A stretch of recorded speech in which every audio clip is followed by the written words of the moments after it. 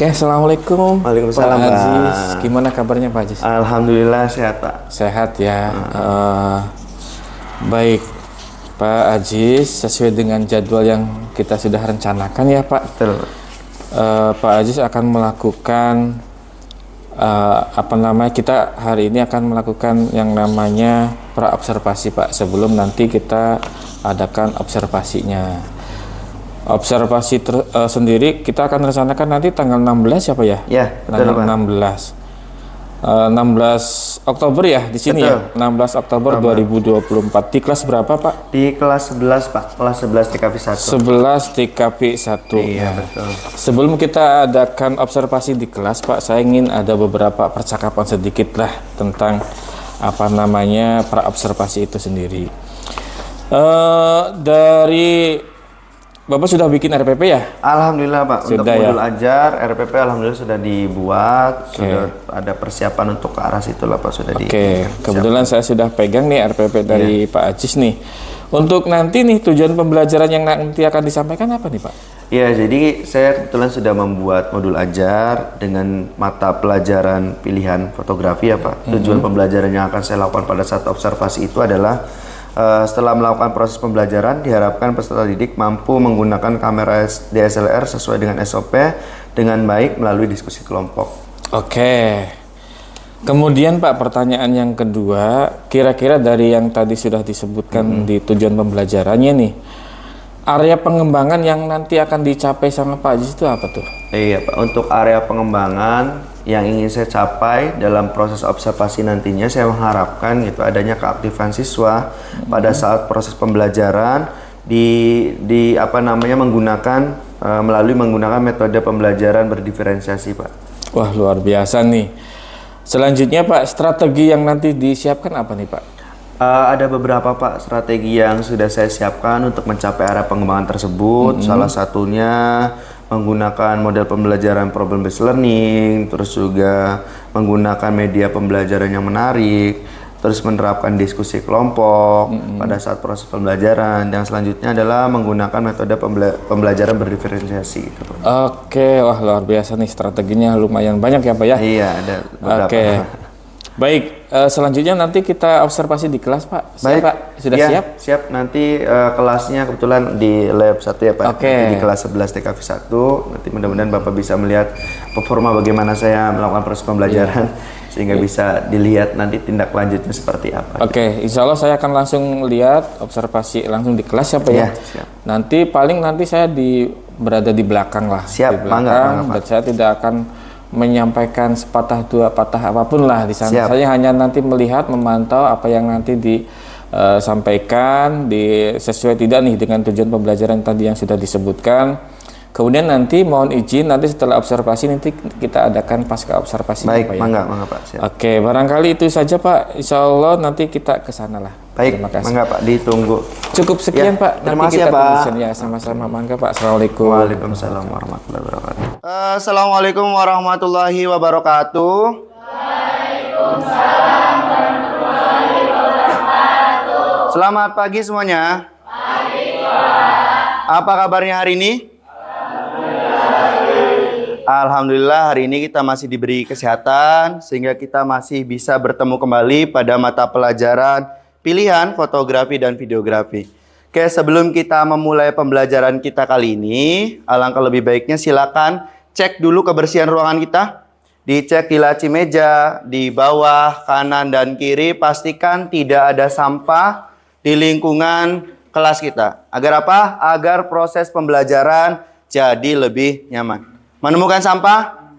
Kalau yang menemukan sampah boleh silakan langsung dibuang pada tempatnya. Oke, baik, sambil menunggu teman yang lain membuang sampah. Nanti Rapik sebelum kita mulai, nanti silakan untuk dipimpin berdoa terlebih dahulu.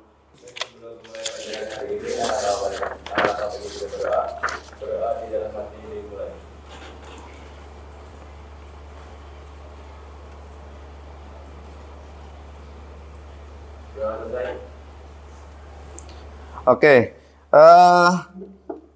kita sebelum kita memulai pembelajaran kali ini tadi sudah dipimpin berdoa oleh Rafiq. Mudah-mudahan proses pembelajaran yang akan kita lakukan menjadi berkah ya, menjadi manfaat untuk kita semua. Nah, sebelumnya Bapak ingin mengecek untuk kehadiran kelas 11 DKV 1.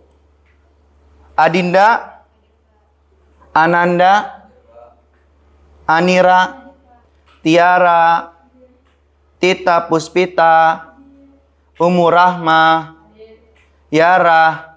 Oke, baik, berarti hari ini hanya satu yang tidak masuk ya, yaitu Aulia. Oke.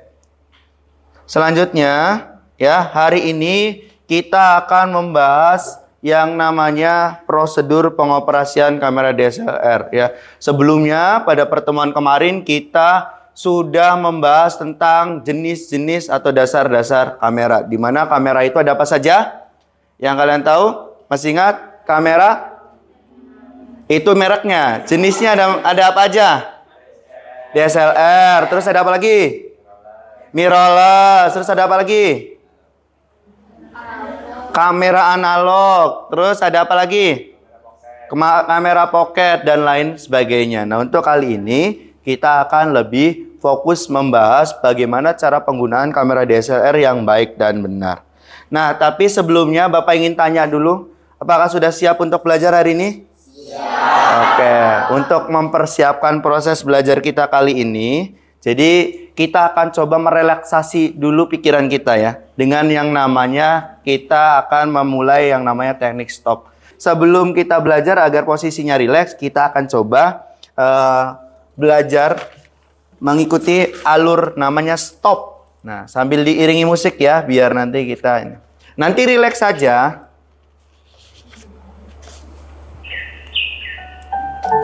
Oke, nanti ikuti instruksi dari Bapak ya.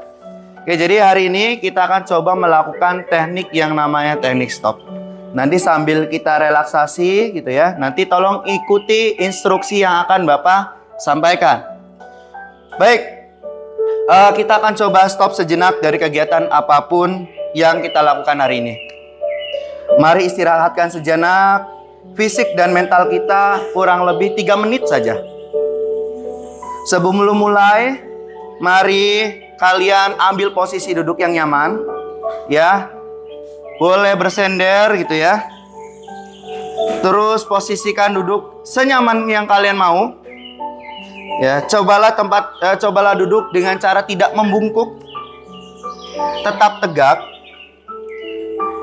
Dan posisi kedua bahu tetap rileks.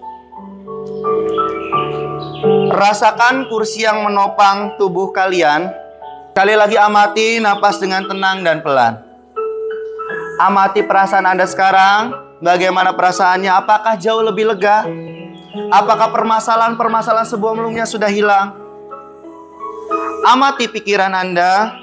Apakah apa yang kalian pikirkan saat ini?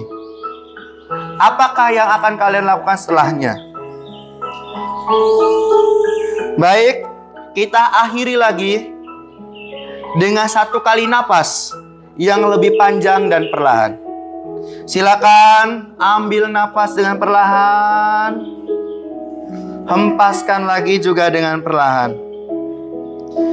Baik, boleh silakan tutup buka kembali matanya. Gimana perasaannya sekarang, jauh lebih rileks?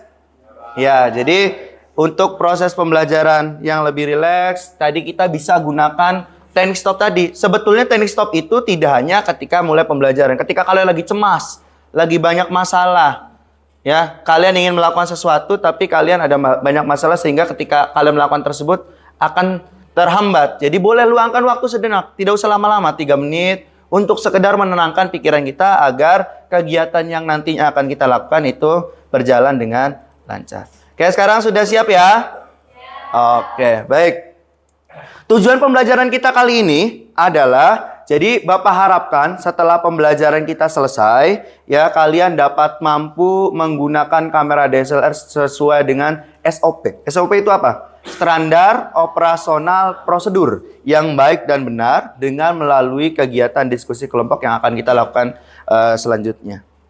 Oke, sebelum kita memulai, silakan buka HP kalian, ya. Pastikan ada koneksi internet. Bapak ingin mengetahui, gitu ya, gaya belajar kalian itu seperti apa sih? Karena setiap orang, setiap murid, setiap peserta didik itu memiliki gaya belajar yang masing-masing. Ada yang senangnya melihat atau visual, ada yang senangnya mendengar atau auditori, ada yang senang berkegiatan atau bergerak, atau kita bisa sebut dengan kinestetik. Silakan boleh masuk ke Google Chrome atau browser kalian masing-masing, tulis bit.ly garis miring gaya BLJR. BLJR-nya tulisannya besar semua ya. Silakan, nanti di situ ada kuesioner, tolong diisi sesuai dengan preferensi kalian saja, nggak usah ngeliat teman. Jadi biar kalian tahu, kalian tuh pada saat belajar sebenarnya lebih cocok kayak gimana. Sudah selesai? Sudah? Sudah ketahuan ya? Di bagian hasil itu akan ketahuan kalian lebih condongnya ke bagian yang mana. Hari ini tadi kita sudah Bapak singgung, kita akan belajar tentang bagaimana sih cara menggunakan kamera DSLR yang baik dan benar. Nah, sebelum kita mulai, Bapak ingin bertanya kepada kalian dulu. Kira-kira kenapa ya menggunakan kamera dengan prosedur yang baik dan benar itu sangat penting? Kenapa? Kan bisa aja kita makainya dengan asal-asalan. Kenapa kita harus menggunakan kamera itu dengan kondisi atau sesuai dengan SOP yang berlaku? Ada yang bisa jawab? Kenapa? Baik. Karena kamera ini kan suatu alat yang mahal gitu. Ya. Jadi tidak mudah untuk menggunakannya, jadi harus digunakan dengan sebagai protokol yang baik. Oke, betul ya. Jadi kamera itu kan Pak, dibelinya pakai uang Pak, nggak 1.000 2.000. Kalau kita makainya nggak benar, maka nanti kamera itu akan cepat rusak. Jadi tidak bisa dipakai untuk kegiatan yang lainnya. Sekali lagi beri tepuk tangan dulu untuk Pak Biandang. Ya. Oke, Bapak ada satu tepuk ya, berhubung yang punya tepuknya juga Ibu ada di sini. Jadi kalau ada yang memberikan sesuatu yang mencenangkan, yang bagus, kita kasih tepuk. Namanya tepuk wow. Ya, tepuk wow itu nanti kalau Bapak bilang tepuk wow, gitu ya. Tepuk wow. Dikasih W, kondisi shaking atau bergoyang pada saat kita pengambilan gambar foto maupun video. Kita juga bisa tadi kaitannya dengan perawatan. Jangan sampai kamera yang kita beli, yang kita punya malah rusak gara-gara kita pakainya sembarangan. Kita taruhnya di tempat lembab, kita taruh kena hujan, kena air. Nah, nanti ini kameranya yang kalian punya nantinya akan cepat rusak. Terus juga efisiensi. Jadi ketika kita sudah bisa menggunakan kamera, maka kalian dapat menggunakan settingan kamera dengan secepat dan sebaik mungkin. Jadi nggak perlu putar-putar lagi gimana ya cara nyetingnya. Itu kan lama. Jadi kalau kita sudah menggunakan kamera dengan sesuai prosedur yang benar, maka akan menekankan efisiensi dalam penggunaannya. Nah, selanjutnya keamanan. Tentunya tadi kita juga ketika praktek harus memperhitungkan yang namanya K3. Keamanan, keselamatan, dan kebersihan. Nah, selanjutnya, coba Bapak pengen lihat, perhatikan cara menghandle kamera yang ada di depan. Nah, menurut kalian, cara menghandle seperti ini sudah sesuai belum? Coba, kira-kira ada yang megangnya kayak gini. Ini ada yang megangnya kayak gini. Ada yang megangnya tangan satu gini. Kalau yang ini kan mungkin lensanya kecil ya, jadi masih enak lah kalau pegang tangan satu. Kalau dicontohkan itu lensa dengan focal length yang gede. Terus ada yang kayak gini. Nah, kira-kira penggunaan handle kamera yang seperti itu tuh sudah sesuai belum? Oke, nanti kita akan coba bahas lebih lanjut pada proses diskusi ya. Nanti kita akan coba menurut kelompok kalian masing-masing dengan menggunakan atau menghandle kamera seperti ini itu sudah sesuai atau belum? Terus bagaimana cara menggunakan kamera yang baik dan benar? Kalau tadi kira-kira menurut kalian baik atau enggak? Jadi cara yang menggunakan kamera yang baik itu gimana? Coba ada yang bisa mempraktekkan? Gimana caranya? Kemarin Bapak sudah lakukan. Ya, tes lisan yang kemarin pada saat hari Jumat. Nah, Bapak sudah bagi kelompok. Ini Bapak bagi sesuai dengan kemampuan. Nanti tugasnya pun berbeda-beda, gitu ya. Yang kemampuannya tinggi, misalkan tugasnya jauh lebih sulit. Yang kemampuannya standar atau ini nanti tugasnya berbeda-beda. Jadi disesuaikan dengan kemampuan kalian masing-masing agar proporsi tugasnya juga sesuai. Bisa dipahami ya? Oke, kelompok 1 nanti ada Ananda, ada Aulia, ada Hani, ada Rapik, ada Aziz. Kelompok 7 ada Asia, Den Bagus, Umur Rahma, Perawati, dan Dinda. Nah, sekarang perwakilan anggota kelompoknya boleh maju ke depan untuk mengambil LKPD yang nanti Bapak akan silakan. Ini LKPD-nya. Ini LKPD-nya. Ini LKPD-nya. Ini LKPD-nya. Ini LKPD-nya. Nanti hari ini kita akan coba menyelesaikan pembelajaran kita dengan mengerjakan apa yang ada dalam LKPD. Nanti ini LKPD dilakukan secara kelompok. Tolong lakukan diskusi dengan sebaik-baiknya untuk memecahkan semua permasalahan yang ada di sini. Nah, untuk kelompok yang 1, 2 itu silakan isi yang tugas sebentar. Nah, tingkat lanjut ya berarti ya. 1, 2 kerjakan pertanyaan yang tingkat lanjut. Oke? 1, 2 kerjakan pertanyaan yang tingkat lanjut. 3, 4, 5 kerjakan yang tingkat menengah. Ya, 6, 7 kerjakan yang tingkat dasar. Jadi tidak semuanya dikerjakan, tapi kerjakan sesuai dengan tingkat pemahaman kalian masing-masing. Bisa dipahami ya? Silakan untuk memulai proses diskusi. Apabila ada pertanyaan, boleh silakan ditanyakan. Bagi yang butuh kamera untuk observasinya, boleh untuk maju ke depan. Nanti kameranya bisa kita gantian saja, ya. Silakan untuk lakukan. Nanti di akhir Bapak minta salah satu untuk mempresentasikan. Salah satu saja. Ya, kalau semuanya kan nggak cukup waktunya. Salah satu. Oh ya, untuk materinya. Nah, materinya silakan anggota kelompoknya masuk ke sini, maju ke depan. Kalian bisa scan dari sini ya. Kalau di sini ada materi dalam bentuk video. Nah, di sini Bapak sudah sediakan nih. Tinggal di scan nanti muncul materi yang akan kalian bisa pelajari dalam bentuk video. Silakan maju ke depan. Ini 1, ini dalam bentuk artikelnya, maaf. Sok, siapa lagi Khairul? Ini yang dalam bentuk video.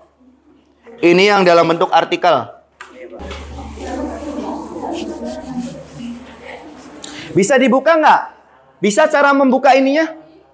Di HP kan ada aplikasi pemindai ya biasanya. Nanti dipindai, nanti akan otomatis diarahkan ke video atau artikel yang ini.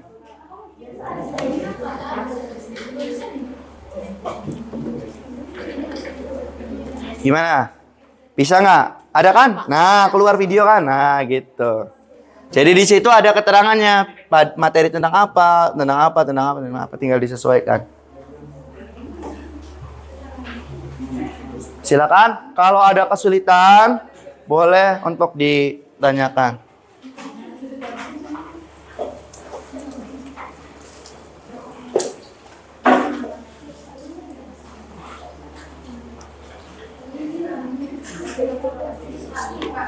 Ya.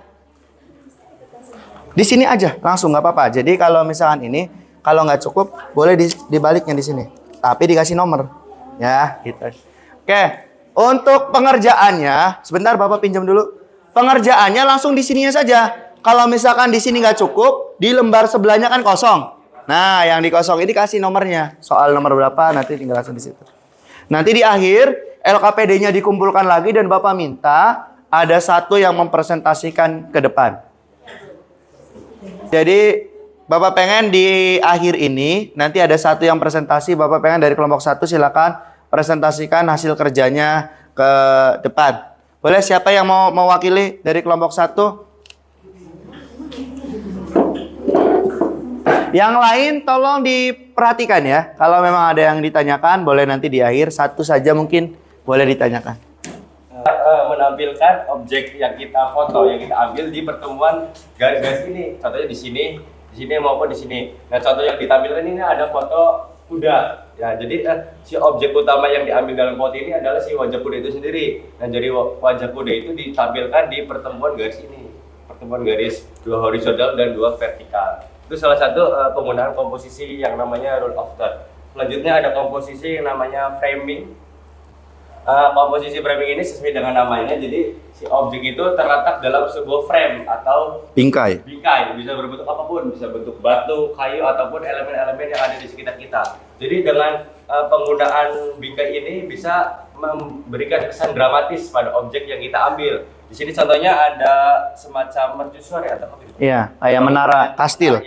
Nah, jadi si foto ini ditangkap dalam sebuah bingkai yang dalam Kayak sebuah gerbang, ya, pintu. di sebuah bangunan gitu. Nah, dari foto ini kita bisa mengambil pesan. Foto ini terkesan lebih dramatis gitu. Selanjutnya ada komposisi leading lines. Ya, jadi komposisi leading lines ini dari penjelasan itu, si leading lines itu berarti kan garis pembimbing. Ya. Jadi dari garis ini, contohnya di sini, mata kita bisa terarahkan. Bagaimana mata kita melihat dari objek utama yang difoto dalam foto ini. Contohnya di sini misalkan ada orang. Di sini kan ada garis-garis ini, garis-garis imajiner atau garis leading lines ini. Nah, dari garis-garis ini menuntun mata kita dari awal kita melihat sampai ke objek yang benar-benar inti dari sebuah foto itu. Di sini contohnya. Ya, begitu. Oke, tepuk tangan dulu untuk Rafiq. Boleh kita kasih tepuk wow dulu ya. Tepuk wow. Dikasih W, dikasih O, dikasih W. Wow, wow, keren. Tepuk tangan sekali lagi. Silakan Rafiq, boleh.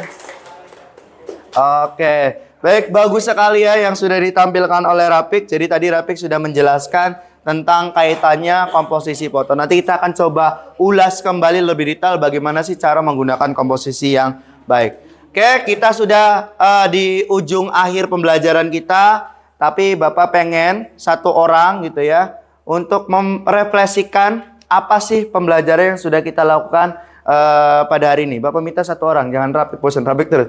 Siapa ada yang ingin ini kan? Satu orang.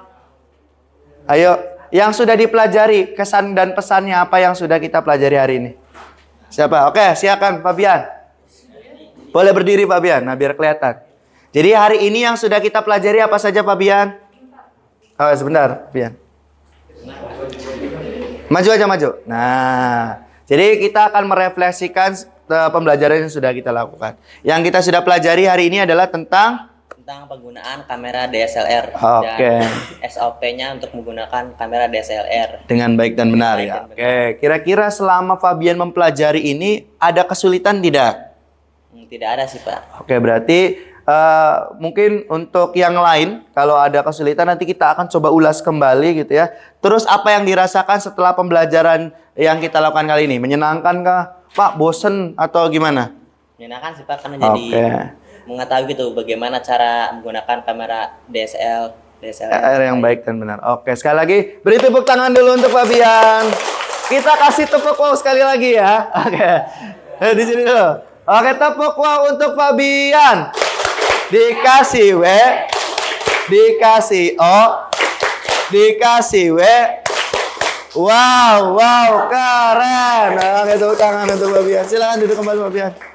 Baik, tidak terasa pembelajaran kita sudah selesai ya. Untuk menutup pembelajaran kita kali ini, silakan untuk ketua kelas untuk dipimpin untuk berdoa terlebih dahulu.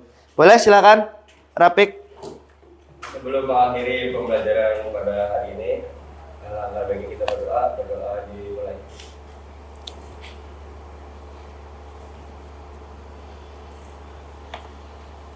Berdoa selesai. Baik, Bapak ucapkan terima kasih ya atas pembelajaran yang sudah kita lakukan. Mudah-mudahan ilmu yang kita dapatkan pada pembelajaran kali ini dapat bermanfaat. Nanti sampai ketemu di pertemuan selanjutnya hari Jumat ya. Sekali lagi Bapak ucapkan terima kasih. Kurang dan lebihnya Bapak mohon maaf. Wabillahi taufik walhidayah. Assalamualaikum warahmatullahi wabarakatuh. Oke, assalamualaikum warahmatullahi wabarakatuh. Waalaikumsalam warahmatullahi wabarakatuh. Sehat. Alhamdulillah Pak. Aduh, luar biasa. Gimana tadi? Ya cukup ini sih Pak. Ya alhamdulillah lancar. Walaupun memang ada beberapa hambatan kendala juga sih yang saya rasakan selama proses observasi yang tadi dilakukan. Oke.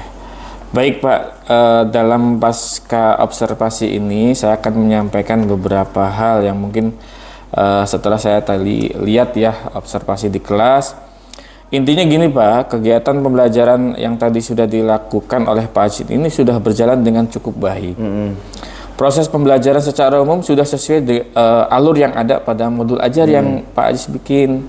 Kemudian Pak Aziz juga sudah berupaya untuk membuat kondisi kelas itu jadi aktif dan rileks ya.